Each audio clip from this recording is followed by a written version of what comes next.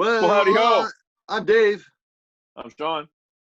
This is Barstools and Bandtalk, the complete maritime music bucket list. And hey, honest to God, I don't know how this keeps happening, but again, the guests that we get on the show, this is going to be a fun segment. I had the opportunity to talk to this man earlier this week. I was on the phone with him for like an hour and a half, and I tell you, gut-killing laughter. Funny guy. Everybody will remember him. True rock and roll. I mean, you guys are going to see, this guy isn't what we used to call a poser in the day. What you see is what you get. And we're going to interview him from his bar. Yeah. And he's a very, very important part. His band was a very, very important part of our music scene back in the mid 80s. Dave, you and I both went out and saw these guys underage. Big time. So yeah, this is I'm looking forward to this. We just had a brief conversation, and I think I have a kindred spirit here. Now he's a bass player, obviously, so that's part of it. But he's you might not want to have the kids watch this one. I'm not sure. But it's gonna be good. I am so excited to have from Brighton Rock, Mr. Stevie Skreebs. I tell you, this is gonna be put your seatbelts on, put your hard hats on, put your safety goggles on. Here we go. Mr. There you are now, brother. Rock and roll, brothers. There he is. Hey. What's up, Cheers. my man? Cheers to you, brother. Canada Day. We're a day late for what the hell? Fuck it. Every day's Happy Canada Day. Yes, every day we're in Canada. That'll work. That's Fucking true. right. Yeah, So I was just saying to the info, Stevie, you and I talked for about an hour and a half the other day, and we covered a lot of racetrack.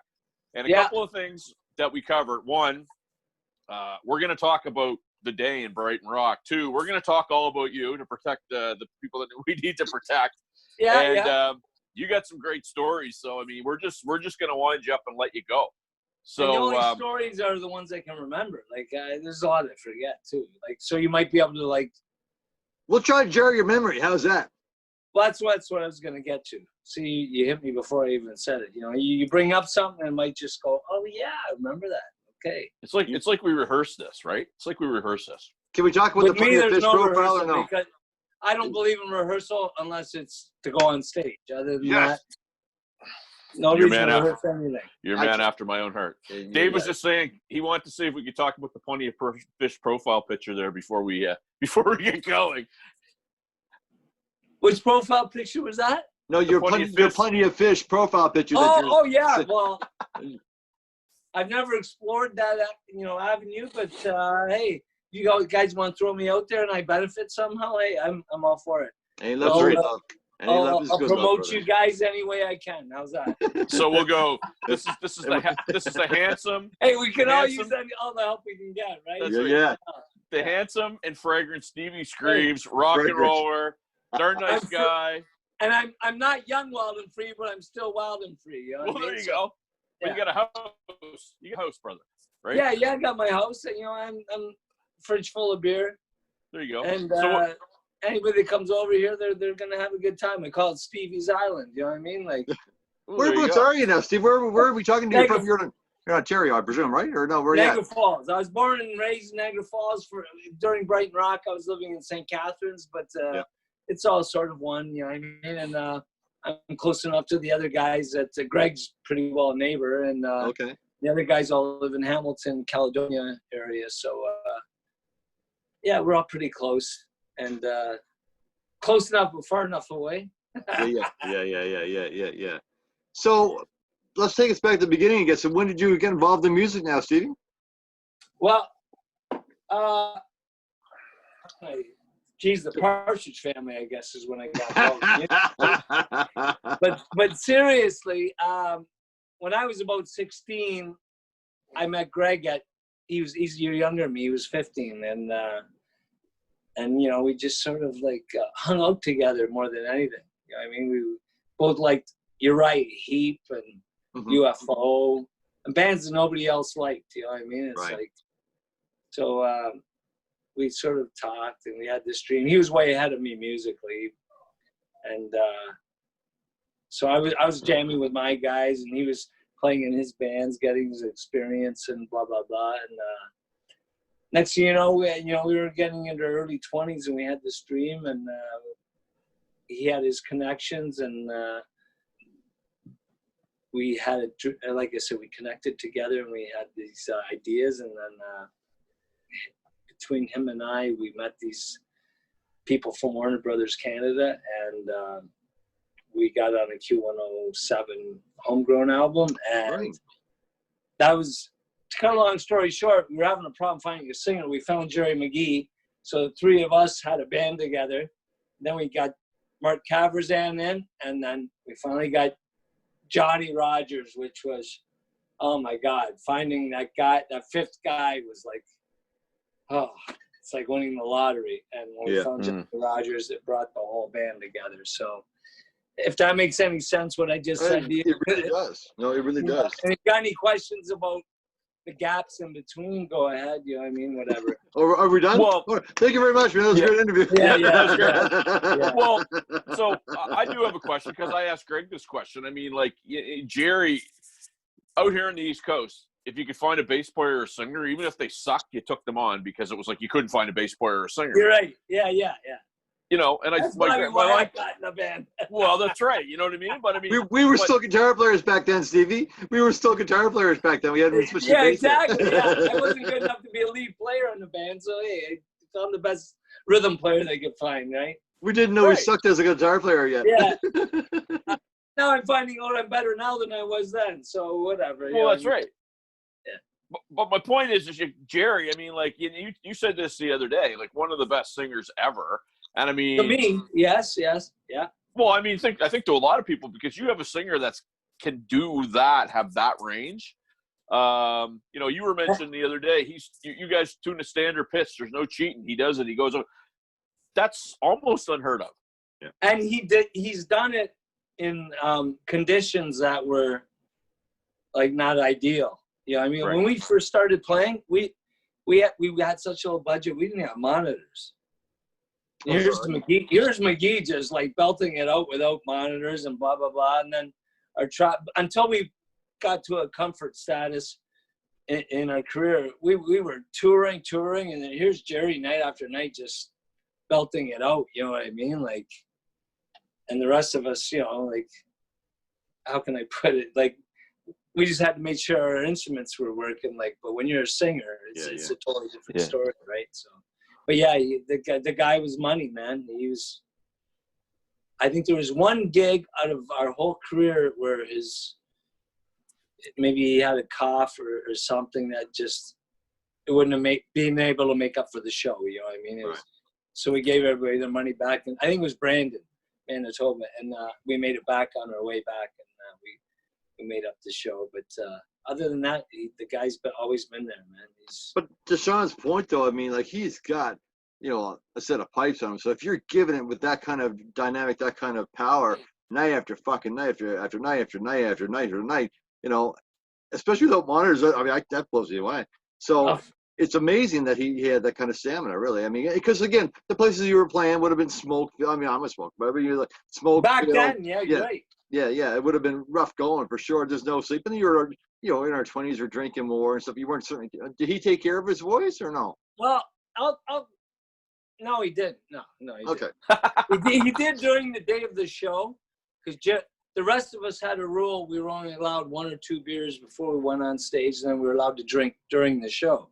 But Jerry would not, right? That way nobody was hammered when we hit the stage. That's hammered when we left the stage, but not when we got on. But Jerry wouldn't have a drink until after the show. Okay. So it was one of those things, and but the rest of us, like I said, we would just pace ourselves at the beginning and then just jump right through it. But for him, his party started after the show. Right on. Yeah, and he was so dedicated to putting on a good show that he was that, you know, as much as he wanted that first shot of Crown Royal or whatever it would be, he waited to the end of the end of the show. Yeah. So I mentioned to you, Stevie, when we were talking on the phone the other day. So the first band that I saw in a bar wasn't from Halifax, wasn't from Dartmouth, it was Brighton Rock. Niagara Falls, Ontario. I was in high school, and I think I was like 15, maybe 16, and scared to death and got in. And I want to thank you because from there I never stopped going to bars. It was great. But you guys are the first band that I ever saw. Yeah. I love that feeling because I know what it was like for me. But go ahead. Well, no, and I just remember going in. You guys said the lights, and it's just like Dave and I. Dave can relate. It's like, where do we find the singer? And there's this burger up there singing his arse off, and you just get, you have the show, and you have a tight band and the vocals, and I mean, it's just like holy shit. And you had a record out, and and the attitude. You guys had the attitude. It was like, to Sean's point, that was our first rock experience. You know what I mean? In a bar. You know what I mean? Because you could go to the Metro Center down here or whatever our stadium is, and you see a rock show. You kind of expect that, but I didn't ever expect something like that in a bar. It was like, oh my God, it was larger than life, but it was still tangible, almost approachable. We could jump up the stage and touch it. You're right there, you know what I mean? So it was a really cool experience. So we're talking about the Crazy Horse? Is that it was it was a Crazy Horse. And you tell me if you remember what you said about that stage when we talked the other day. Yeah. Well, how high was it? Like, how high do you think that stage was, really? Like 4. Oh, it was 4.5 feet. It was about 6 to 8 feet high. Easy.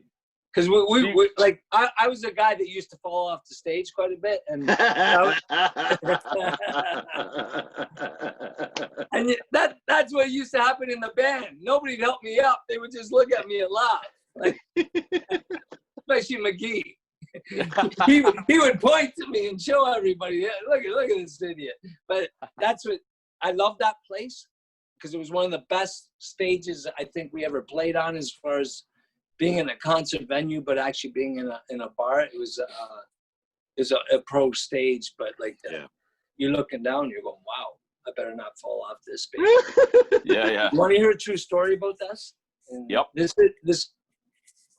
This is funny, but it's not funny. Depends how you interpret it. So like we're playing, and there was this person that was they were handicapped, and they were in a wheelchair, and they were sitting side stage and on Johnny Rogers' stage and enjoying the show, loving it. So, but Johnny, in the middle of a song, for some reason, he wasn't thinking what everything was going to happen. He put his guitar in the guy's lap, and he pushed the wheelchair out on the stage. Well, he wasn't thinking, oh shit, this guy won't be able to stop it because he didn't have the capacity in his hands to hit the brakes and everything. So next, Jerry's there singing. He sees this wheelchair go by, and this guy's sitting in the wheelchair with just a guitar. And Jerry doesn't know the guy can't stop himself or nothing. Like, so the guy's about a foot from the end of the stage, and Danny, our stage tech, was on top of the scene and just went out there and grabbed the wheelchair before, oh my God, before like a disaster happened. And I just remember Jerry when he got off stage. Oh my God! What the fuck? Can you imagine? It was somebody's dream come true, but at the same time, it was close to being a disaster. That's all I'm saying. Well, and imagine if there's social media back then. You guys would have got lit up like a Christmas tree. And we would have been shot to death over that one because they would have interpreted like, oh, look what these guys are doing. You know what I mean? Like, and it was just, John had great intentions, and like, but when it happened, it went a little too far. It was like, oh my God. So. Those crazy guys from Hamilton, right? Yeah. Well, just trying to put a smile on somebody's face, but next thing you know, things take a wrong turn. So, when you guys were playing, like, so you mentioned you get the band together and you had some interest from Warner. So I don't know, were you guys playing before that? And who were some of your contemporaries that you guys would have been fighting it out with for some of that real estate? Well, we were playing, and we were called Heart Attack at the time. We were in Brighton Rock. And I don't know who, I really don't know who we would have been. I never really paid attention to anybody but ourselves because It was like, let's just focus on what we're doing instead of, you know, I mean, if we're not good enough, they're going to take somebody else. If we focus on who we are. So, like, if you're asking about the Q107 contest we were in, the band that actually won it was, what were they called? Jeez. No, to tell you the truth, nobody else in the contest got a record deal. Yeah, there you go. And we didn't win the contest. Wow. So to young musicians out there, don't be thinking just because one door closes, it's over. You know what I mean? Like the band that won the contest didn't get anything but the contest, you know, presents that came along. But I tell you, Stevie, I love that answer, and I'll tell you why I love that answer, because, you know, reality TV exists now because people don't give a shit about their own lives. And you should be a motivational speaker for today, because to basically say that you guys are just focused on yourself is amazing. Because I remember, you know, being in Toronto, it was just so cutthroat, and to be able to do that and not care and just, you know, focus on yourselves is incredible.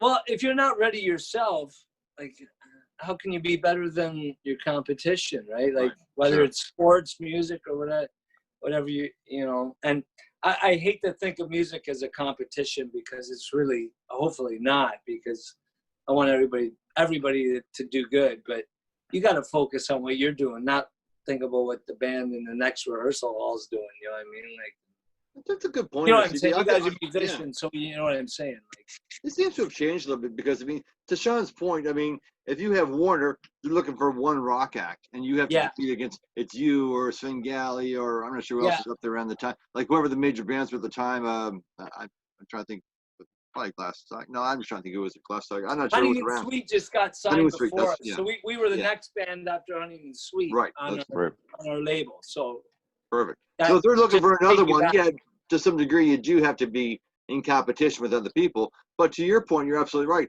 Who the fuck cares what everyone else is doing? Just focus on what you're doing first, and it either happen or it's not going to happen. I mean, whatever, right? Well, that's just it. It's almost like wasted energy trying to compete with what somebody else is doing. Focus on your strengths, and hopefully that's good enough to catch somebody's eye and everybody else's eye, and take you to the next level, or whatever, the next stage, or whatever you want to call it. You know? Yeah, what year was that Q107 album? What year was that now? I would think 1984, somewhere around there. That's probably around the same time that we had one down here. We are the sister station to Q107 is Q104 here in Halifax. Yeah, I remember them. Yeah, they were great with us. They were very good to promote touring acts and local acts too. So with that, you would have got a couple of songs on the album, the compilation album. How did those songs do? Well, the song was Breaking Down the Barricade. Okay. And that's on our Young Wild Free album. Mm-hmm. And it was on our EP. I don't know if you guys were aware, we had a 4-song EP before we released Young Wild Free. And but the song on the EP was the actual Q107 recording. But we re-recorded the song on Young Wild Free. It was a different version. Very good. Same version, but just a different recordings, I should say. And so when you guys made the change from Heart Attack to Brighton Rock, was that a record company thing, or was that you guys just wanted to change the name? What there was, I guess there was some band in California signed to some label, maybe even a Warner label, called Jack Mack and the Heart Attack. So it was like, okay. And we were never crazy about Heart Attack. It was just, you know, a song. I mean, the title's the name's the hardest thing to come up with. You know? Yeah. Like, you're just, you get so critical of yourself. You just, what's good, what's not, you know. So where does I think I heard the story before. Brighton Rock comes from what? Is it a city or something? What's Brighton? It was a book. It was a book written by Graham Greene, but it was about Brighton Beach, where they have the mods and the rockers. They used to have these gang wars or something. Like I'm not sure the total history. I think Jerry's from Scotland, so I think he was a little more in touch with the actual history of it. And the name Brighton Rock, and then the name Rock right away, we figured, Jesus, there was social media back then. Jesus, as soon as Rock's in there, you know what I mean? Like, it would come right out. So, Jesus. Are you guys still there? Yeah. Just hit your Somebody's phoning me, but I'm not going to accept it. Hold on. Oh, okay. Phone call coming in. Oh. Did he? Looked like he accepted it. All right. We'll pause this recording for a second. Yeah. We'll be right back after these messages. Yeah. All right. Back from our commercial break with Stevie Skreebs there, Brighton Rock. So we were talking about the name. So it was a book, and then actually, look there we go.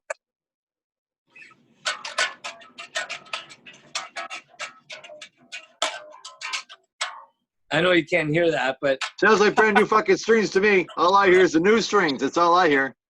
They're the last strings I played on the Monsters of Rock cruise. I haven't played since. So I was going to ask you that question now because I mean a good buddy of ours, he goes on all these cruises down here. He's been on 4 Monsters of Rock and 2 Kiss cruises, and I think he's got a picture taken with you guys.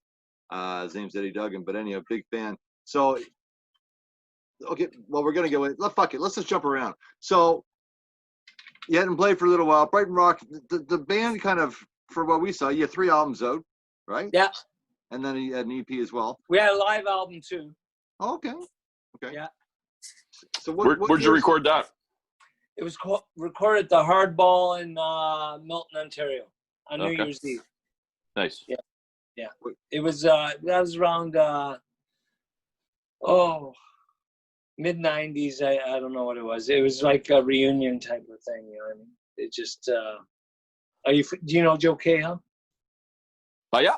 Yep. Joe brought us on stage. He had a host gig at this bar called the Hardball in Milton. It kept the 80s rock alive when 80s rock was sort of pushed aside. And so Joe sort of set it up, and we recorded a live album out of it. And it was awesome, yeah. So did Brighton Rock officially break up then? Was there a time that the band actually broke up? Was it, or how did it go? Well, you know how the Eagles said they took a long vacation? We did break up, like after Love Machine, like when the scene was happening, and then say 93 or whatever you want to say. I'd say, if you want to use the word break up, it was sort of the end of, instead of moving on with it to do another album, that scene was just dead. And we were like, come on, we're going to devote our lives to another album right now. We didn't have record company backups at the time. And the whole scene was dead. So I would say, instead of breaking up, because we still play together, so like, how do you want to put it? You know what I mean? A breakup would mean you never see the person again, or you never fuck that person again, or whatever. It means the house is sold. She got all your shit. Yeah, I know that one. Yeah, I got that one. We took a long break. And then we got an offer to go to Germany or somewhere, like 8 years later, and it just rejuvenated a few things. And so ever since then, we've just been getting together and doing festival gigs and real selective gigs with selective promoters. To young bands out there, just be selective with even doesn't matter how young the band is, like even experienced bands, there's promoters out there that are just like, they're total phonies, you know what I mean? So you got to cover your ass before you commit to anything. Sure. Now so that's what we've been doing. We've been doing a lot of overseas festival gigs, and like we just talked about the Monsters of Rock gig, and like just. So did you enjoy that? That was just like first of all, to be asked to play on that is like just the biggest compliment or award for at our age, from bands from that era, because the bands that are there are all just some I didn't even know, but like they're all just like amazing. So like not only that part, like just to be asked to play, and then the way they took care of you, it was just everything you would dream of. And it was probably the best gig ever that I've done. Nice. Yeah, it was awesome. And the fans are just excellent. Everybody there so dedicated to the scene and to the music, and just you know what I mean? It's just awesome. If you ever get a chance to experience it, check it out. Well, and I mean, it's funny because I picked up a new truck today, and it's got satellite radio. And of course, it went right to channel 39 here in Nation. I mean, that's all I've been listening to the last couple of days. But pretty upbeat, pretty peppy, pretty fun, pretty, and that would have been a whole cruise of that. Nobody was on there talking about how they hated to be famous and life sucked, right? Yeah, and you're talking about like 80s and rock, and like Pat Travers was on the cruise that we played on. It was like, and Greg and I were like Pat Travers fans back in the growing up, and it's like, and then Pat Travers was playing with Tesla, and I'm going, oh man, it doesn't get any better than this. You know what I mean? It's like, so does that shit go on now, Stevie? Does that shit go on? Like you guys can just get together and jam with each other, like you can meet your heroes and maybe get up on stage and jam with them. Does that happen on these cruises? It didn't happen to us, but I imagine like to a band like Tesla, because they're pretty well the headliner of every cruise that I've seen there. So like, a lot of guys like Rick Allen, we've went on stage with them too. So it's like, so on one show they had Rick Allen on with them, and the next show they had Pat Travers with them. So it's, you know what I mean? Like with us, you never know who's going to jump. We always have somebody jumping up, but it just comes and goes. You know what I mean? It's right on. That's cool. So let's go back in time again for a second, because I was geeking out on YouTube the other day. Oh no, well you'll remember this. I was geeking out on YouTube.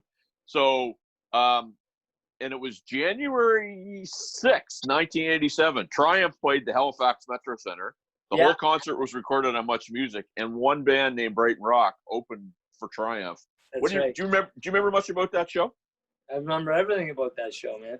Tell us about it, because I mean, I remember I was there. I was up in the nosebleeds, but I was there, and I remember you guys had a surprising amount of room on stage for a band. Of course, I guess Triumph only had 4 guys, but tons of gear. But I just remember you guys were energetic. I think you played about 40 minutes. You played all the hits that everybody knew. And I think people were trying to get you on for an encore, if I remember correctly. Well, we did get an encore. I don't know from what arena to what, but when we played Maple Leaf Gardens in Toronto, to us growing up in this area was unbelievable. Yeah. And Triumph, no egos. They gave us an encore and blah blah blah blah. Nice. Some bands don't give you that stuff, just so you know. And then talking about the gigs you were just talking about, like, we're touring with Triumph, and like they gave us full, just everything, as much sound check as we needed, and no restrictions, no egos. It was just, and one thing I remember about that gig, and I never had a pen on me, and like there was this RCMP guy, and he was you could see these fans wanted an autograph from me. Like, I don't have a pen on me. He comes up to me. I'm going to let you use my pen. And I've only let one other guy use this pen besides myself. I said, okay, well, should I ask? He goes, yeah, ask, just so you know. And he goes, it's the great one, Wayne Gretzky. He goes, so just you and Wayne Gretzky, besides myself, have used this pen. He goes, so sign every autograph with the ultimate respect there. I go, yes, sir. You know what I mean? Then here's Stevie. So that's a memory. I still remember that. You know what I mean? Like, he's like, I still get the fucking pen. Yeah. Well, I had to give it right back to him. Oh, you know what I mean? Like, yeah. But I'm just saying, it touched my heart that the guy was, that genuine. That's cool. Yeah. Yeah. You could see the fans wanted an autograph, and he's going, here you go, man. Like, that's cool. So drop some names, Stevie. Fuck it. Drop some names now. So, like, I mean, Triumph is a pretty big deal, but who else did you guys play with, open with, headline for? Like, drop some names over the years. Well, when we were down south, say in Alabama, we did, I don't know how many dates with Joan Jett. Right. And she's not the biggest name in the world, but like we were playing all these universities and down in Alabama and wherever else we were, Georgia and Alabama. And it's like, it was just another world. Like, we loved it. Eddie Money, we did a gig with in Houston, Texas. Texas was just the best state we've ever played in as a whole. I don't know if you guys have already heard all the stories about Texas. Nope. Never. Nope. Oh, Jesus. Like, you talk about people just loving rock and roll what you guys would want to see, Texas was at that time. It was like, right. we did about 10 gigs in Texas, and it was like, it's just these people are awesome. I had one girl take me back to her high school, college bandstands and just show me what it was like to watch a game. Is that the young kids calling now? So the young kids calling? Shit. What else? But like, what else? You know, like the whole tour. I told you I got ripped off in Jacksonville, Florida. Yeah, let's hear this. Okay, let's talk about this fucking bass story. So we do the gig, and every gig, it was a great gig. We loved Florida. Was great to us. You know what I mean? No disrespect. We did Jacksonville, Cocoa Beach, St. Petersburg, and I can't remember where else. But anyway, every place you play, they hire roadie or these loaders to load up the truck. So right. All of a sudden, I'm on the tour bus, and our stage guy Danny comes up to me and goes, "Skreebs, I can't find your black PV bass." I said, "Okay, just make sure." I had a Lato endorsement at the time and a PV endorsement, but I was using Latos. And he goes, "I can't find your Latos." I go, "Oh my God." Then he goes, "I can't find any of your PVs." I go, "Oh my God." So our next gig was in Beaumont, Texas, 2 days later. I'm driving in a tour bus just going, I can't believe this nightmare. So this bass I have right here, I get a phone call from our road manager because he screwed up on the whole deal. But he goes, I talked to PV, and he goes, "There's a red one, a white one, and a black one hanging up." He goes, "Which one do you want?" I said, "You know what? I'll take the red one." And I never played it, and I didn't even go for sound check. I played it. It's been the best bass I've ever had since. Wow. And I've got a white one that is exactly the same.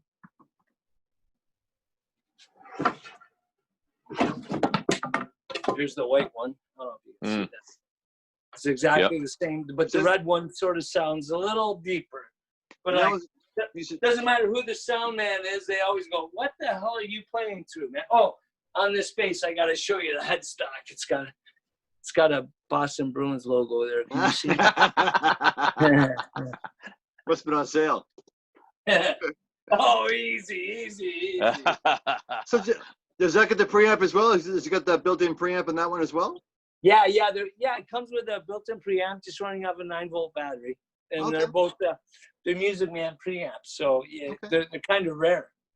And you know what? Even dead strings, it makes dead strings come alive. So. And so there'd be Japanese basses, I'm sure, right? They say they're from Mississippi, so I don't know. Okay, I was curious because we were talking. What do I know? Their factories in Mississippi, so. Okay. There you go. I didn't know that. I like to think they're American made, so. Okay. And I guess you never ever saw those Lato basses again. Is that correct? No. And it's bizarre. Yeah. Yeah, it's I had a friend here in Dartmouth who got all his gear ripped off, like every single thing. Somebody kicked the window out of his car. He stupidly left it in his car. 2 years later, another friend's at a pawn shop and recognizes it. And the only way they identified it is he still owed money to Long and McQuaid. So when they sent the serial number in, that's how they ID'd the guitar. And other than that, he wouldn't have found it. So. Well, I'm surprised this one never showed up anywhere because it was a rare purple color, and like I had everything like customized on it. I had EMG pickups in it. It was like, for it to show up somewhere, it would stand out. You know what I mean? So was you were using, what was Greg using? Because if I remember correctly, you guys kind of had like the same looking ish guitars. He had a Lato endorsement at the same time, so we were both. Lato was based out of Toronto, so Joe had a little shop, and we were both working with him. I had a Lato before. Once I discovered these PVs, and I had a PV endorsement, like they do all my amps and everything, and it was just, I couldn't turn them down anymore. They was just, I used to use it as a backup. Then I said, no, this is the best thing that's happened. So that's awesome, man. That's great. That's like breaking up with a chick and you think your world's crushed. And next thing you know, the best looking chick or the best chick you ever had comes around the corner. All's not lost. Yeah. You just didn't know it at the time, right? Yeah, that's it. So, again, I was geeking out on YouTube, and I went and I looked at a bunch of your guys' videos that you had from the day. Do you remember what your budget would have been for something like that? Because I mean, I remember one of your videos, Monica Schneider was in it, who's from Toronto, but at the time she was supermodel Monica Schneider. Right. So I mean, correct me if I'm wrong, she wouldn't have just gone, "Hey, Stevie, I'll do that as a favor for you guys," right? So what are you asking? What the budget was? What you guys would have had in terms of budget to shoot those videos? Because they're pretty big, like they're pretty grandiose videos for the day. I'll tell you, I know we came to Rock was somewhere around 80 or 90,000. Wow. And that's 86, right? Pardon me? That's an 86 that song was out? Or that yeah, video? yeah. And I would say one more try with Monica Schneider would be probably say 120, maybe. Wow. You know, like it was crazy because when you think of everything from the professional aspect, like and then you have the catering and this and that. Like there was, if you were doing it yourself, you'd be going, okay, we don't need all this shit. Yeah. One camera, we're going to do it in my garage. One take. Yeah. Grab dinner for everybody. Y'all get fucking grab dinner. And videos were big at that time. So it was very important to make sure the video you shot was going to be worth the money that you spent on, because much music was just kicking in back then. All that stuff. Well, you think 120 grand back in 86, I mean, today's standards have to be close to 700 grand. And you know what? It was enough to make the album sound better. Yeah. Right. That's the part that, to me, it's like, okay, we could have cut back on this and cut back on that and still done the video, but, it's the way the business was. The budget was set up for all these, who knows? I don't know. Did you have any kind of creativity or creative input the videos at all, or is this? Yeah, we did. No, you're right. We did to a point, and then we would I think in the editing, we had more say than we did during the actual shooting. Because during the shooting, you're just taking a million different shots. You don't even know what's being filmed. Blah blah blah. But during the editing, we'd be saying, well, we haven't even seen this guy in the video yet. Like what? Put him in the band, put him in there somewhere. You know what I mean? You know what I mean? Where the producer wants it. Some of these producers were just, and the film world is totally different from the music world. You know what I mean? It's just not being critical, just saying, hey, we're two different types of people. But very similar to recording an album. A lot of hurry up and wait and twiddling your thumbs and right. Hurry up and wait is exactly what you're saying. Yeah, exactly. So one of the things you and I talked about the other day, and I wasn't surprised really, because you guys did not use any backing tracks for vocals. Still didn't back in the day. And you and I talked because I'd mentioned a couple bands that I had opened for who used backing tracks, and you said nope, we never did. We were totally against it. Well, we don't judge anybody else by doing it. First of all, hey, if that's your thing and that's what sells out your shows and makes you guys sound better. But for us, sometimes we were leery about that recording. We're going, how are we going to reproduce this live? You know what I mean? If we overproduce it in the studio, it's okay. And so we never tuned down. And Jerry refused to tune down at this point. Anyway, I'm not saying in the future we won't, but at this point we haven't. And no, we'd rather, you know what? If we couldn't do the harmonies for a certain song, we just wouldn't even do the harmonies. Just, sort of like Scorpions, you know what I mean? They do certain things in the studio where they don't do them live. It's just instead of putting fake stuff out there. And I'm not, like I said, I'm not knocking anybody that does, but we just. You know what? You increase your margin of error when you do that shit. I mean, I can think of that. What's her name? Ashley Simpson. Where did that lip sync and then she on Tonight Show and then it fucked up and they played the wrong song and it's just right. Locally, I remember another friend of ours playing in a bar in Cape Breton. Anyhow, the light rack was really low to the ground, so they had everything sampled, MIDI and keyboards and backup vocals, and you didn't know to look at it, right, to watch them. But anyhow, fucker put his hand up on the light bar, gets fucking electrocuted, right? He's on the ground, like writhing. The rest of the band stops to go see if he's okay, but the fucking music keeps going. It's like, oh, that looks a little retarded, right? So much for reality, eh? You know, Dave, you told me you would never talk about my band like that. You lied to me. You lied to me. That was Smooth Hermans. That was Smooth Hermans, right? Did you ever play Smooth Hermans? I won't say his name. No, but did you ever play Smooth Hermans in Sydney, Stevie? It sounds really familiar. Because that would have been low stage. We must have, because it sounds really familiar. So, yeah, but I was impressed by that, to Dave's point, because like I say, you know, on the one hand, Dave's right, the margin of error side, but the other hand, you're throwing yourself out there that if you're having a bad vocal night, it could be tough, right? So, did you guys practice your vocals a lot, or did you just kind of no? We focus more on the music and we practice the vocals to a point, but like we were just we were pretty raw, you know what I mean? We were a raw rock and roll band, man. We were like a bunch of wolves hitting the stage, just, you know, like, and we, as long as everybody knew their part, we were ready to go. And like even today, like somebody said, hey, you got a gig tomorrow, as long as you can make the flight, we're ready to go, you know what I mean? It's just, I watch YouTube videos to like just rehearse, you know, okay, this is how we did that, you know. Yeah, it was crazy. No, we were never, we would practice, but we were never over, what's the word I'm looking for? We were never like crazy about being perfect on everything. Yeah. Well, no, I remember you guys just being like, it's a good call, like raw rock and roll. It was very, yeah, that's what I'm trying to say. Very natural, I guess. It was, you know, it wasn't, I don't know if there'd be errors or not, but you could just tell it was live. Oh, there was. We leave the errors in. Yeah.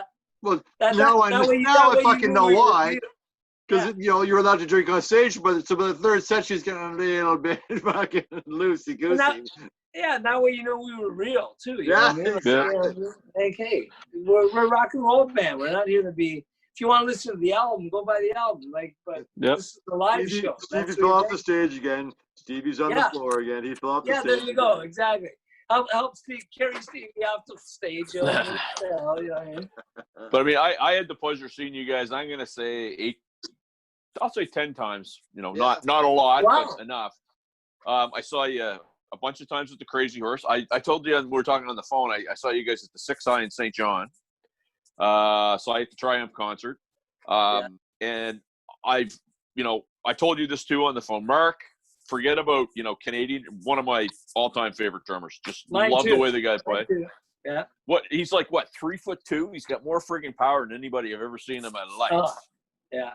And just fun to watch. And you two, for a guy who isn't really a bass player, you guys were always a tight rhythm section. Well, Mark and I, we spent if you think about it, every single Brighton Rock tune that's been recorded, we've been there together from the foundation all the way up.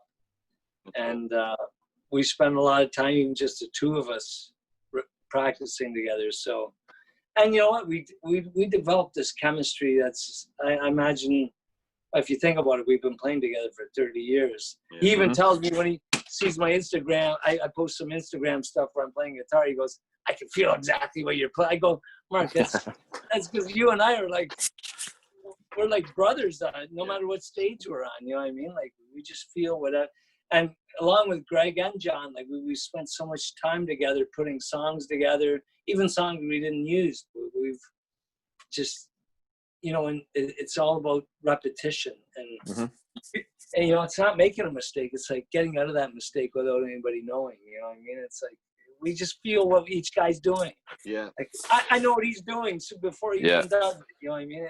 I know exactly what you mean. I know what you mean. Well, and I mean, with Mark, for me, just his chops were just interesting. Like, it wasn't a chop for the sake of a chop. It was almost like Tommy Aldrich-esque, but it bit. And it was just, next time you're talking to him, tell him thanks for me, because I stole a pile of shit from him. No, I probably should be sending him royalty checks, and that's not a lie, because I copped a lot of stuff off those first two albums. If I can, one thing, if a young drummer's watching, Mark, you'll learn that he delivers everything a drummer needs to deliver without overplaying. Yep. Yeah. A lot of drummers overplay, and it's like by the second or third song you're going, geez, why didn't you just do a solo? But like, yeah, Mark's doing it every song, but he's not overplaying. He's just delivering the goods. You know what I mean? Like, and you know what? Everybody in the band has that confidence because we know he's back there. You know what I mean? It's like, funny you mentioned that because that's exactly. And Sean and I talk about this a lot. Like, we're fans of virtuoso players. We really are. I mean, I appreciate anybody. Like, if it's a Jocko or you know, any of the like. Yeah. Love it. You know, like different virtuoso drummers and guitar players. All of it. I love it all. But I'm more impressed by a 4 or 5 piece band that sounds tight as a unit. You know what I mean? Because everyone's playing their parts. That to me is more impressive. Yeah. You know? Me too. I'm the same way. Like you said, those guys that are freaks of nature, the God bless them. But like when you get 5 guys that are like right in the pocket together, that's hard to find and it's hard to do. Like, you know, everybody can play the same parts, but to do it right in sync is amazing. And you know that feeling. You know not only that, but it conveys. Like, what if you guys have that feeling on stage? Everybody in the audience picks up on it too. Yeah, right? They all do, right? Exactly. To me, I have to see people tapping their foot or just bouncing. If they're not, then I know I'm not doing my job. You know what I mean? Like, Good call. Yeah. And you know what? To find 3, 4, or 5 people that are willing to do that, and you know what it's like. Hey, you want to impress the musicians. I don't know why we always try to impress the musicians because we're musicians and we never pay for beer at the bar, right? You want to impress the people that are paying customers, but you sure don't want to sleep with a musician. One of the things you asked me, Stevie, and you asked me if Greg had mentioned the band that you and he had, and he didn't. So I want to talk about that a little bit because it sounded like you guys did some very cool stuff, and I had no idea. Tell us about that band. Yeah. Well, after Brighton Rock split, Greg did a little thing with Helix, and I was playing with some local blues guys, you know, some rock and roll blues, Steve Ray Vaughan type of stuff and all that stuff. But then Greg said, hey, I got some original songs that are just sitting there. And we couldn't find a singer. So Greg took on the vocal part. And I did some singing as a bass player. And we had Derek McGowan and Phil Lapp on drums. And Derek was actually part of the Brighton Rock family back in the day. Greg couldn't make a gig once. And Derek flew to Germany or England with us.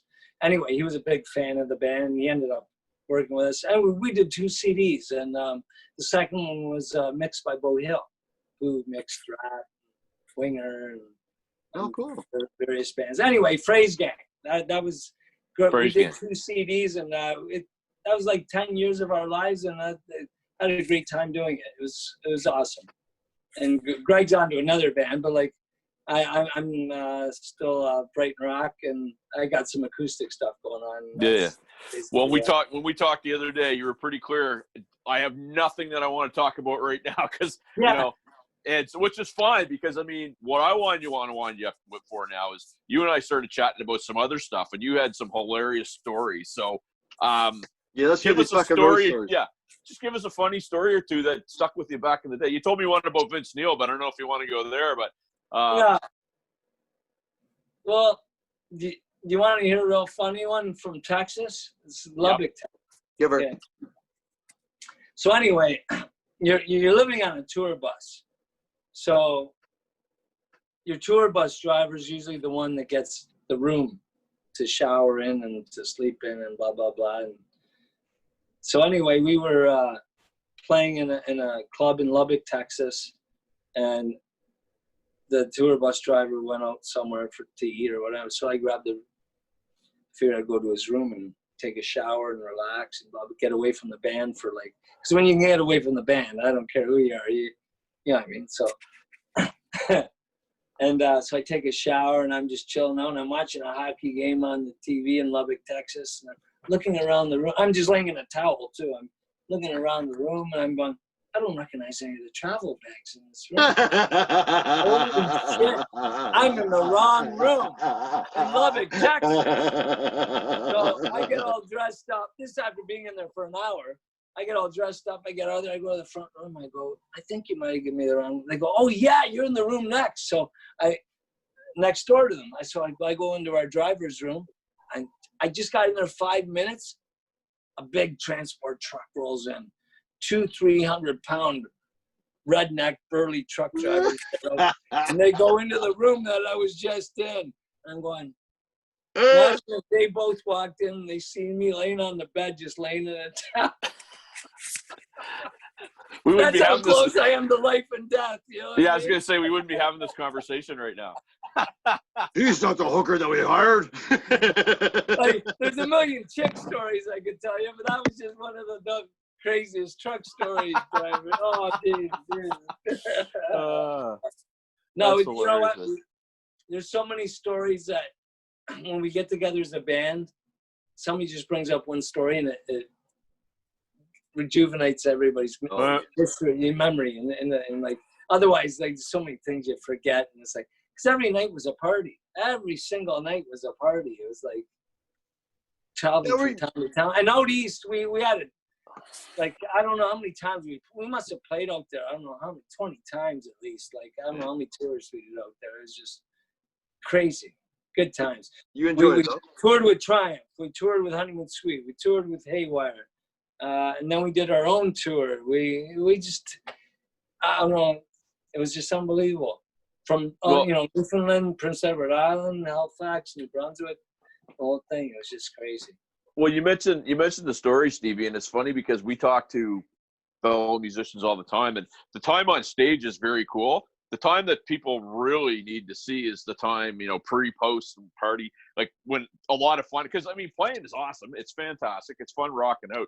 But sitting around, it's our version of playing pickup hockey and being in the dressing room with a bunch of dudes, hanging out and shooting the shit and telling the stories. And there's so many funny things that come out that people never get to see. You know what I mean? A lot of it's spontaneous too. Like, right. It's just, like I don't know. It depends on who's there, what's happening. Like the scene back in our day, like everything was positive. Like I can't even compare it to what's going on today in today's world. And back then, like one guy from one band walks into a dressing room and you're all just chilling out and laughing about the party the night before. It was just every night was just crazy, and the concerts were just full of joy. It was just full of joy. Yeah, we talk about this a lot, Steve, because it's like, and I don't know, and again, I've been off for a little while from playing, and Sean's playing pretty consistently right now. But he said the scene here in Halifax, and I imagine it's the same everywhere. There's a core of guys, or maybe it's a single or a duo, maybe it's a trio, and they have one guy who's rotating. They'll get 3 or 4 or 5 different guitar players, 3 or 4 or 5 different drummers, and they'll fit them in, and that's what their band is for that night. You know what I mean? That's and they play one night. They don't play 6 fucking nights. They play one night a week, or maybe 2. Yeah. But in our day, it's like you have 4 or 5 guys. That was your brothers. That was your family. That was it. So you didn't have somebody that was you can't substitute family. You can't, right? So it seems foreign to me now how things work today, but maybe it does for you too. We were very fortunate. Like what you're talking about, like we play 6 nights a week. Mm-hmm. And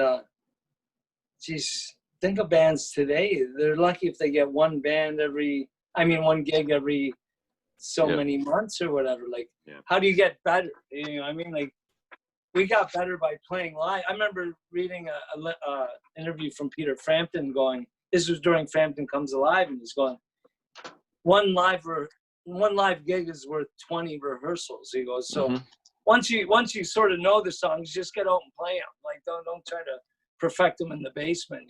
And they back to us, we were playing 6 nights a week. Like Jesus, and that's how we were making a living. So we're very fortunate. And like, I imagine bands in the 70s were the same way. We're just 70s, 80s. And I don't know what the 90s were like. That's when it sort of started to slow down a bit. But we were very fortunate. We just had a chance to play live almost every night of the week. Sunday was the night off. Yeah, that's right. And I mean, out here, go out drinking. That's right. And out here, we had what's called the cabaret. So and we still have a couple of them that are open until 3:30.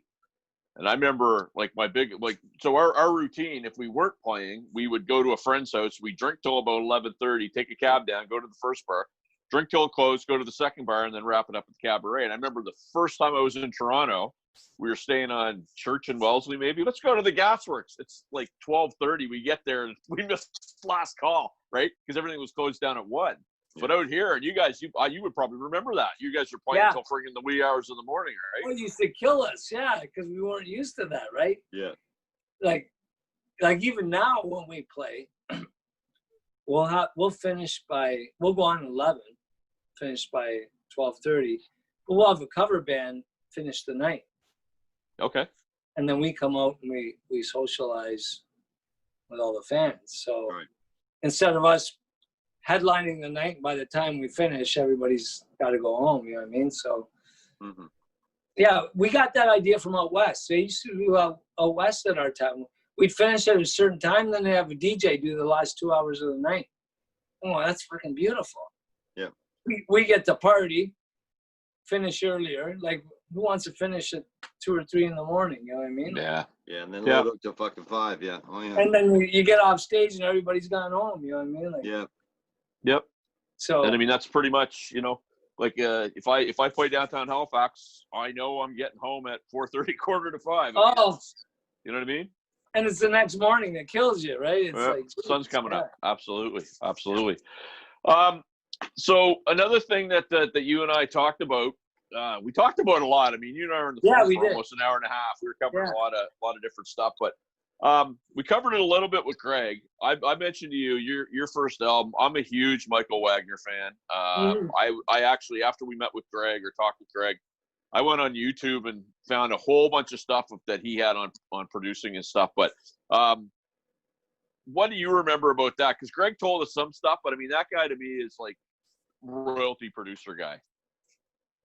Like, he took care of the band. Yeah. He believed in if you're not eating well and you're not sleeping well, you're not going to perform well. So he made sure when we weren't being taken care of that he was taking care of us. And what else can I say? Jack Richardson did our pre-production, just so you, I don't know if Greg mentioned that to you. Greg, are you familiar with Jack Richardson? No. Okay, well, Jack Richardson, he produced like The Who. The Guess Who, sorry. Bob Seger, Kim Mitchell. He's in the Canadian Rock and Roll Hall of Fame. His son is Garth Richardson, Garth did actually, he engineered for Michael Wagner on Young, Wild and Free. Okay. And he's done 1 million albums, Rage Against the Machine and all that stuff. Okay. Yeah, so, like I said, when it came to Michael, he was just, everything was positive. He made sure he got the best he could out of the band. And like I told you, when we did the Monsters of Rock cruise, him and Udo were buddies. And Udo was on the Monsters of Rock cruise, and we were getting ready to go on. We're side stage.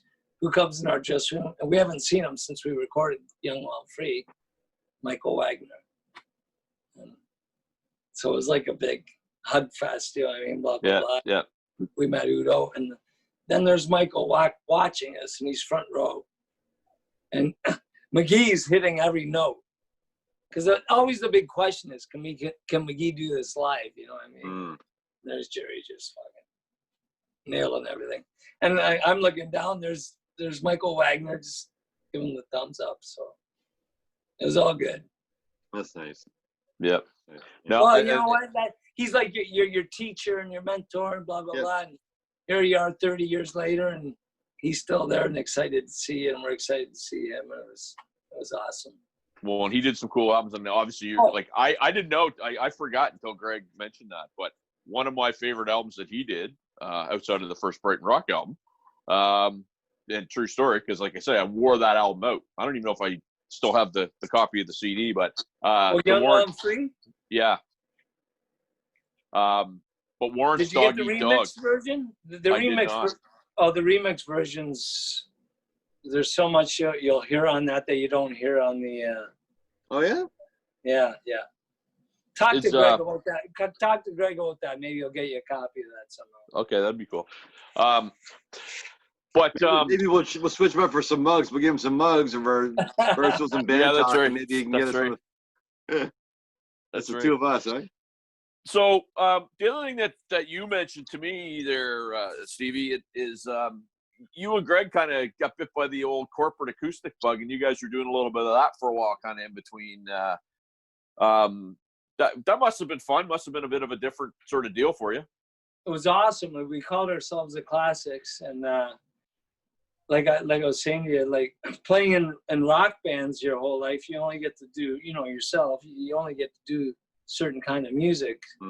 But when you start opening up acoustically, and Greg and I aren't both lead singers, but we both sang together and did, sang songs we could sing. And we did the Rolling Stones, we did the Beatles, we did the Eagles, we did Peter Frampton, we did Herman's Hermits. We're called the Classics, man. We did everything. And it's like, right. Well, we did top notch. We opened up, Classics albums live. Yep. Yeah. Well, Greg and I opened up a lot. We used to do a lot of shows for like whoever was headlining, like 5,000 people, and there's Greg and I just on stage acoustically. It's like, this is awesome, man. Like, you know what I mean? Like, so it was like an adventure. It was just, so we were taking things where we couldn't take them before, you know what I mean? So, and you know what? We could get together tomorrow if we were called upon and pull one off, you know what I mean? That's the magic of it. So and the great part was, it's like, I was always the bass player pulling things back, and he's the guitar player pushing things, but we would like tug of war, you know what I mean? And there was always that chemistry. So you're both playing guitar when you do that, or no? Yeah. And see, you're open to interpretation too. It was an acoustic duo. Yeah. Okay, cool. Yeah. But see, you can do anything you want. You can take a Herman songs and do your own version of it. You can't be fucking wrong, that's what right? we did. That's exactly what we did. Change the keys, did whatever we wanted. Yeah. It was a total adventure. You know what I mean? And that's where guys like us get bit by that whole cover bug. When you do that corporate event, you're gonna pay me $1,500 for an hour. Yeah. You know what I mean? Exactly. That's what I'm saying. It was like, okay, and we weren't selling out either. We were still having the time of our lives playing music that we love to play. You know what I mean? Right. Yeah. It's not like we're playing stuff we would never play. You know what I mean? Like it was a different avenue to open up and play stuff that we never had the chance to play. Sure. We're getting down there for time. I have a couple more questions for you now, Steve, before we call our night.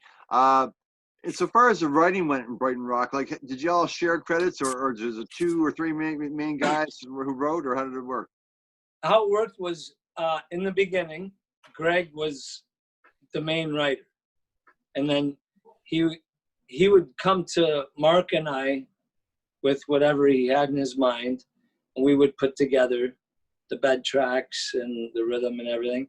And Greg would put a melody on top of it, and Jerry would put lyrics to it. Okay. And so that was our chemistry. And then John started getting involved, because John wasn't on the first album, but on the second album, John had, like, he had One More Try and Hanging High and Dry were his main 2 songs, and then Greg and Jerry co-wrote on that. But like I said, back from the beginning of each song, Mark and I would be the foundation, but you sort of don't get a writing credit for. So, I wrote a little bit. I got a credit on what was it? What was the song? Nothing to Lose on the Love Machine. But we did share all the writing credits as far as certain things went. But like we did give credit to who wrote whatever songs. Sure. Yeah, but like it's a band. How can I put it? It's not like one guy wrote the song and that's the way it went. We say Greg had the idea, and then we would sit down and say, okay, let's play this out. You know what I mean? And that's how it all came about. Yeah, because writing credits, obviously, when you're young, you don't understand how the money's made by that. Yeah, exactly. And if you're a band, it's like we talked about. You told the country thing, and that's a different story. But like, if you're a band and like Mark and I were there for every single song that was written. So it's our style too that's incorporated in the actual writing of the song. And you come up with suggestions as far as like extending a chorus or like little suggestions, but that's not a writing credit. You know what I mean? A writing credit's coming up with the melody and the music for the song. So, but it all worked out in the end. Like there's never any, you know what I mean? There's never any problems with anybody spreading their. How can I put it? Everybody had got to throw their ingredients in the mix. Yeah, sure. Put it that way. Yeah, and hey, if it worked, it worked. If it didn't, it didn't. But we tried everybody's idea, and that's what. We had no problem with working everything out. And Greg Buelo, who joined us when John took a break from the band. Greg Buelo, actually, we used his riff on Power Overload, which was on. Take a Deep Breath, and Greg was the rhythm guitar player on the Love Machine tour. Okay. So it's just funny, like you get inspiration from different people too. You know what I mean? So it's and all it was a riff. So you get a writing credit from that too. You know what I mean? Yeah. But you had nothing to do with actually putting the whole song together. Yeah, and I mean and I won't name names, but I heard one or two stories of certain bands who had hits that were. Still get played to this day, and you know, one guy might be buying a house, and the other guy can barely afford to rent his apartment, and they got to live and coexist and tour and see, you know, both of their fortunes or misfortunes taking place, which is always a tough thing, right? I agree with you, and you know what? If you knew that at the beginning, how it was going to turn out, I'm sure maybe you could have worked that out in the beginning, and it's like, oh, geez, because if one guy's there from the beginning. And he's still broke at the end. Like, that's kind of like you said. It's hard to take. You know? Well, I tell you one thing for me, and it always resonated. And you see, Stevie, that I'm a huge Kiss fan. And I remember when Peter Criss left, and I remember them always saying about he kept his percentage, and I didn't understand what that meant when I was 10, but I certainly did later on. Where it's like he's getting paid and he's not doing a goddamn thing. That's smart business, and I just always remembered that, right? So, unless everybody else was sharing, why should he share, right? Like, right. But I think whoever's there from the bottom up should be sharing. You know what I mean? If you're a drummer, if I come to you with a riff. And you're there from the beginning, like, you know what I mean? Like, your drumming is contributing to my riff or whatever. Well, and again, I was always smart enough. Every band that I was in that did originals, I did write. So, you know, it was legit. It wasn't like me. So, please give me 10%. Like, I legitimately did something. But, you know, you've been in bands where you feel like you're picking up the scraps for guys that aren't pulling their weight. But, I mean, sometimes it's the right thing to do to keep the peace, right? You know, it's chemistry ends up taking care of itself. I always say, you know what I mean? Like, and if you're a family together, it'll take care of itself. If it's just one guy's band, well, then that's up to him. You know what I mean? Different situations for every band too. You know what I mean? Like some bands you see, it's a different set of musicians for every single album. Stevie, I've asked this question a couple times to folks on the show, and I don't want to mean to put down the spot or anything, but let me just kind of put it this way. Is there anything that you look past in your career, I guess, what's your biggest success or your big thing you're the most proud of, and maybe your biggest regret? Well, the biggest gig, I'll just go to the biggest gig and the most exciting moment of my career I can remember is we were opening for Triumph and playing Maple Leaf Gardens. And if you recall back to our day, when the lights went down, all the lighters. So there we were backstage, and all the lights went down. Let me relive it for you, brother. Here we go. And all you hear is, you know, and Danny, our stage tech, had his flashlight, and it was pitch black, and he just walked us each to our amp, and all I did was a little pick scratch because that was my main worry. The band I knew was solid, but I just wanted to make sure my bass worked. So I just did a pick scratch. And then all I remember is Mark, 1, 2, 3, 4, and it was Young, Wild and Free was the opening song. And we got an encore. It's almost like it was over in 2 seconds. My biggest regret, well, we never went to Japan, and we were humongous in Japan. And I think if we would have known better now, we would have found a way to get there. Because there's certain bands have made a living just playing in Japan. You know what I mean? So, and even being in, we should have played the U.S. a lot more. Nothing against Canada. We played Canada to death. Yeah. Which, in a way, that might have been our death. Not to sound disrespectful, but instead of, you only have so much time in a window, and we spent a lot of time in the same places where we should have been exploring other places, but people wanted to make money off us playing certain places, and that was out of our hands. It had nothing to do with us.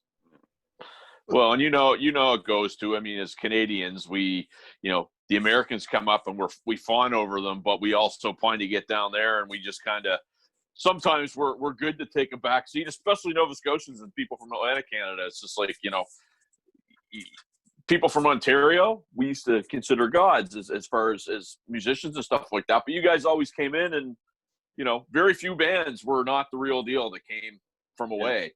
That's true. But I think any band that's actually a Canadian band that has tried to get, south of the border is always kind of unfortunately run into that same Canadiana thing. You know what I mean? Yeah. Yeah. Don't misunderstand. Like, no, I get it, man. We play Nova Scotia, New Brunswick, and Prince Edward Island, and Newfoundland all year long. But I'm just saying, once you've hit that market so many times, give it a little bit of a breath of fresh air and go somewhere else. And Japan was like a main market for us, and we never got there. And I think if we did, things would have. Yeah, you're probably right. That's true. Got a lot bigger. And that was I hate to throw stones at anybody, but that had to do with our management or whoever was calling the shots at the time. You know what I mean? We were just musicians playing the music at the time. You know what I mean? Yep. Yeah, you're I do. supposed to have somebody who's supposed to be watching the market and sending you to where the market's strong and where you're going to have the best success in selling your records and the merchandise and all the other shit. Yeah. And the population. You know what it is? It costs money to go there. Yeah. Well, that's part of business. It takes money to make money, right? That's right. Yeah. And somebody was more interested in just making immediate money. You know what I mean? So. Yeah. And so that you asked me, the highlight was playing Maple Leaf Gardens, and my regret was probably not playing Japan and spending more time in the States, because the Americans just they loved us. It was just Canadians loved us. Don't get me wrong, but I hate defending myself. Jesus. No. It's you're 1/10 the population. You know what I mean? You're 1/10 the population in Canada is in the States. Obviously, you can sell more shit there. It just makes sense. And they loved us. It wasn't like we weren't going over. Wherever we played, it was like, holy shit, man, these people are crazy about us, man. Like, why aren't we here more often? And it just didn't happen. You know what I mean? Trust me, you're preaching to the choir, because even when we talked to Greg, and Greg was talking about some of the albums that were out pre-Brighton Rock and how we're just the production, he basically said it sounded cheesy Canadian, like all the rock, And I remember like the big sort of splashy snare drums, but like dead drum sounds and dead guitar sounds. And not that it wasn't good writing, but it was just like, man, I want to hear like a Girls, Girls, Girls or a Theater of Pain. You know what I mean? Like, and it was almost like, the rock bands were ostracized for being too heavy in Canada. And, we were no different than what was going on in LA. You guys were no different than what was going on in LA. That's but exactly up here, we weren't safe, or we weren't, it wasn't safe enough, right? On the same level, have you ever heard of the Alex Harvey Band? They had a song called Gang. They had a song called Gang Bang. Okay. So we did a cover version of it with a horn section and everything. Our record company thought it was too controversial. Meanwhile, Skid Row had a song called "Get the Fuck Out" or whatever. Yeah. So we can't release a song called "Gang Bang" they got a song called "Get the Fuck Out." So how can we compete with that? So instead, we threw on a one-time version of "Cocaine" on our Love Machine. We just recorded a one-time raw version just to piss off the record company at the time. But I'm just saying, when you're trying to compete with those politics, like what the fuck you're supposed to do, right? Yeah, no, that's right. That's right. 100%. You know, like Gangbang, we thought it'd be a great stripper song. You know what I mean? Like going to a strip club, and there your Brighton Rock song. You know what I mean? What the fuck? Get a free lap dance. You're like, think of the residuals. Oh, the residuals. Yeah, well, hey, isn't that what it's all about in the end? Hey, everybody wants to play to a bunch of beautiful women taking off their tops, right? Yes, that's true. Hey, everybody can say it's about the music, but in the end, come on, it's all about you're right. You're right. I used to joke around with a buddy of mine who was like a guitar virtuoso, and I just used to say, you know, it's cool, you sound awesome, but you do realize you're practicing that hard for dudes, because the girls don't really care about that, right? He used to get so mad at me. Well, the Brighton guys used to get pissed off at me because McGee hated doing all the ballads because he just wanted to rock all fucking night long.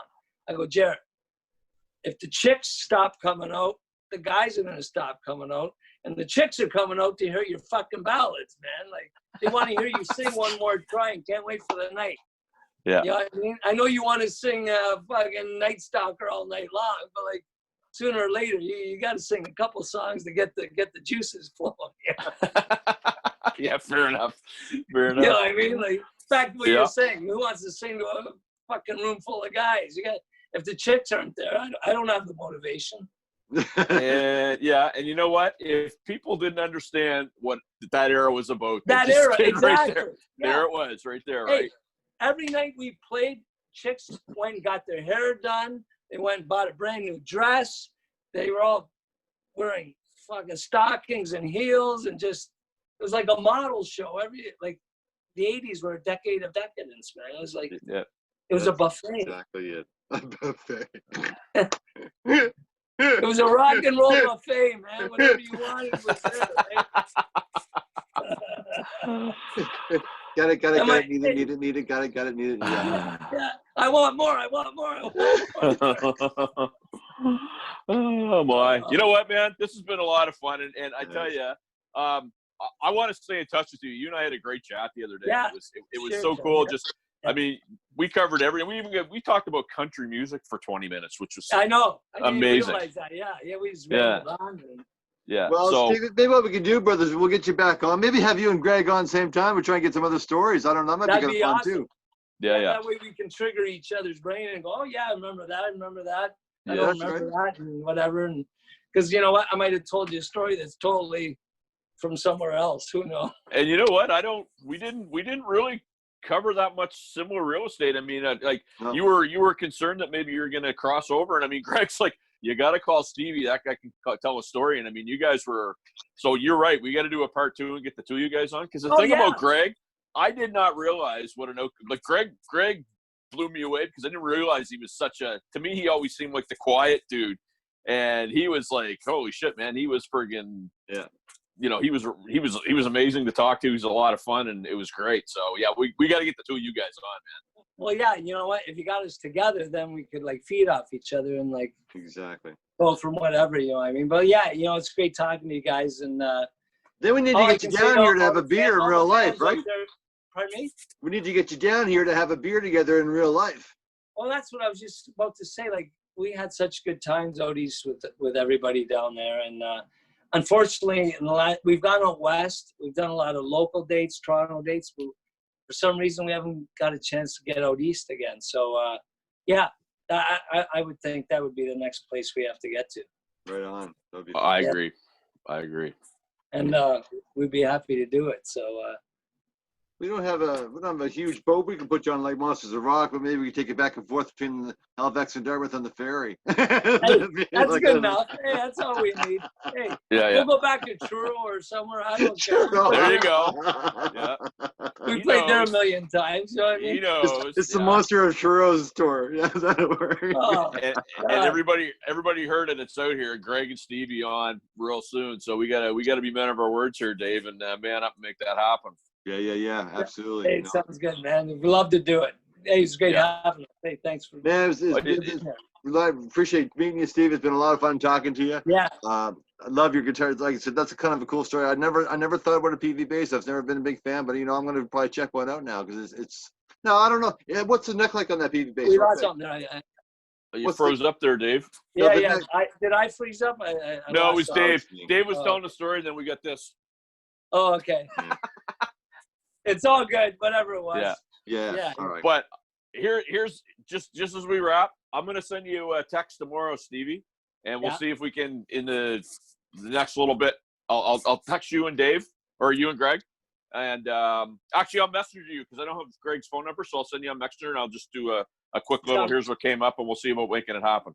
Yeah. Sounds good, man. Hey, thanks for your time and stay safe, everybody. Okay. Yeah, you too, man. Brother. Take care. Thanks so much. All right, take care, man. Rock and roll, eh? Okay, Yeah, man. totally. Okay, let's see it. Take care.